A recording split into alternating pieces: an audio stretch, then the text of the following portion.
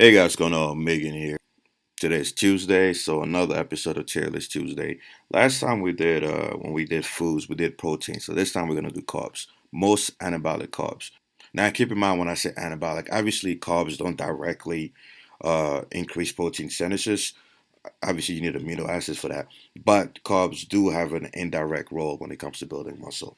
When it comes to lowering protein breakdown, increasing your performance in the gym, increasing your strength, replenishing glycogen, increasing your thyroid, your leptin, giving you a sick fucking pump, which obviously plays a role in hypertrophy, and of course lowering cortisol, right, which is goes back to the whole protein breakdown thing. So carbs do help with hypertrophy. In fact, if you're a very skinny guy who struggles to put on mass, you guys know I always recommend carbs. They make it very easy to get your calories in. But anyway, back to this video. So obviously you guys remember the categories. You have I'm about to nut, fucking amazing, okay, bad, pure garbage. Now let's see where each of those carb sources go.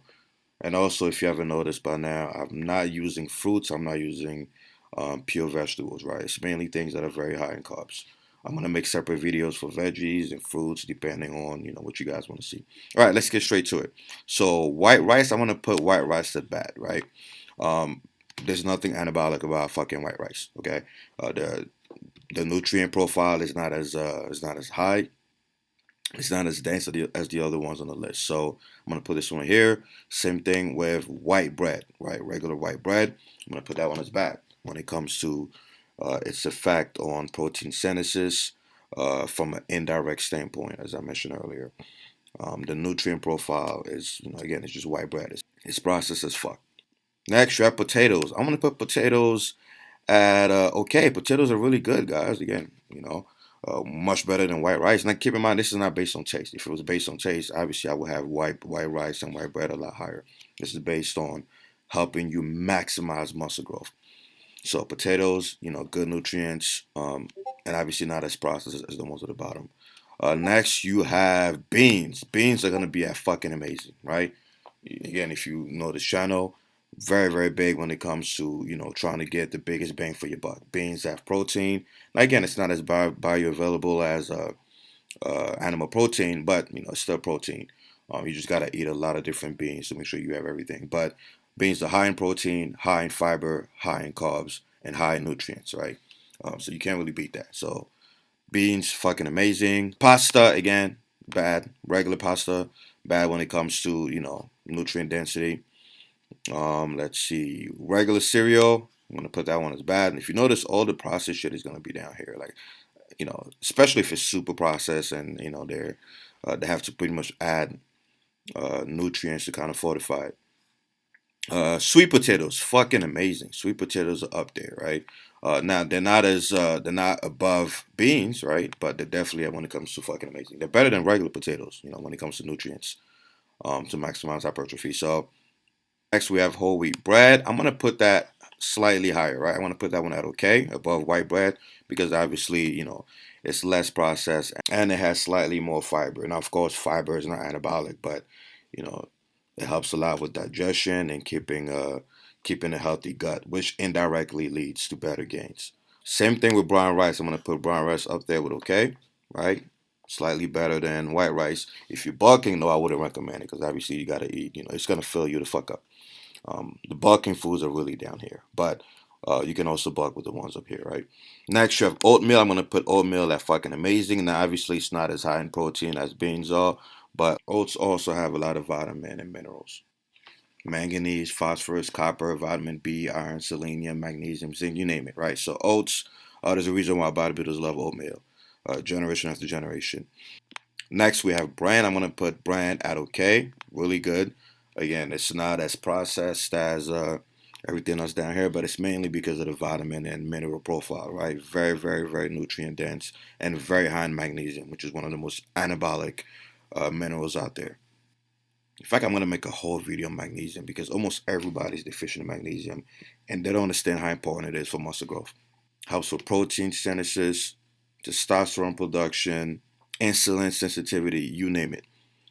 All right, next you have milk. Again, believe it or not, I'm gonna put milk at amazing, right? People are wondering, wait, why is milk on this list? Guys, milk has carbs. Everybody forgets. Everyone thinks milk is just fat or protein. Milk has carbs, and if you watch my video on milk, you know I'm a big fan of milk when it comes to packing on size as fast as possible. Now, of course, it has its pros and cons. For example, if you're lactose intolerant or depending on how the cow was raised and all that bullshit. But again, watch the milk video. I go into the details. Milk is the savior for skinny motherfuckers trying to put on size. Not to mention, again, where do you guys think whey protein comes from, right? Where do you guys think casein comes from? Next, sugar. I'm going to put sugar at pure garbage for obvious reasons. The only benefit sugar has is if you're doing carb backloading and you need something quick post-workout, or if you need something in your intra shake. In fact, that's the only time I use sugar, right? This is when I need to put something in my intra workout shake if I'm training for 2 hours or more, right? Because some of my full body workouts take a long time.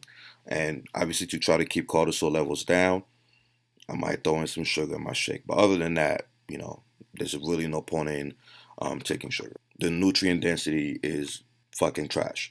Oh shit, I actually fucked up. This was brown rice. That's fine, because it's going to be right there. This was bran, by the way, guys. So this was bran, right? This is brown rice and this is bran. But same thing, right? They go in the same category. Um, Brown rice above white rice, and obviously bran is going to be up here. I already explained it. And last but not least, quinoa. Quinoa is the only carb that goes in I'm about to nut category. The only one.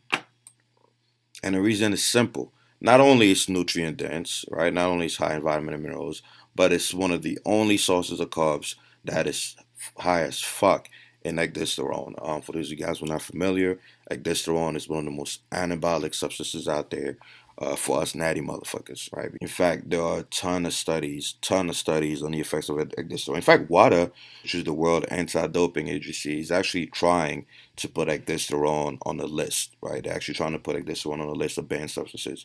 Why? Because there's so much evidence behind the anabolic effects of ecdysterone.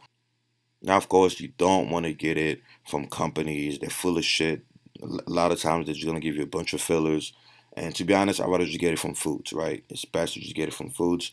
And the foods that are highest in ecdysterone are obviously quinoa and spinach, but mainly quinoa. In fact, I'm going to make a whole video on ecdysterone because I'm still amazed to this day how many people are clueless about how anabolic ecdysterone is. Anabolic on humans, it's anabolic on rats. It will blow the fuck out of your bench press in just a matter of weeks.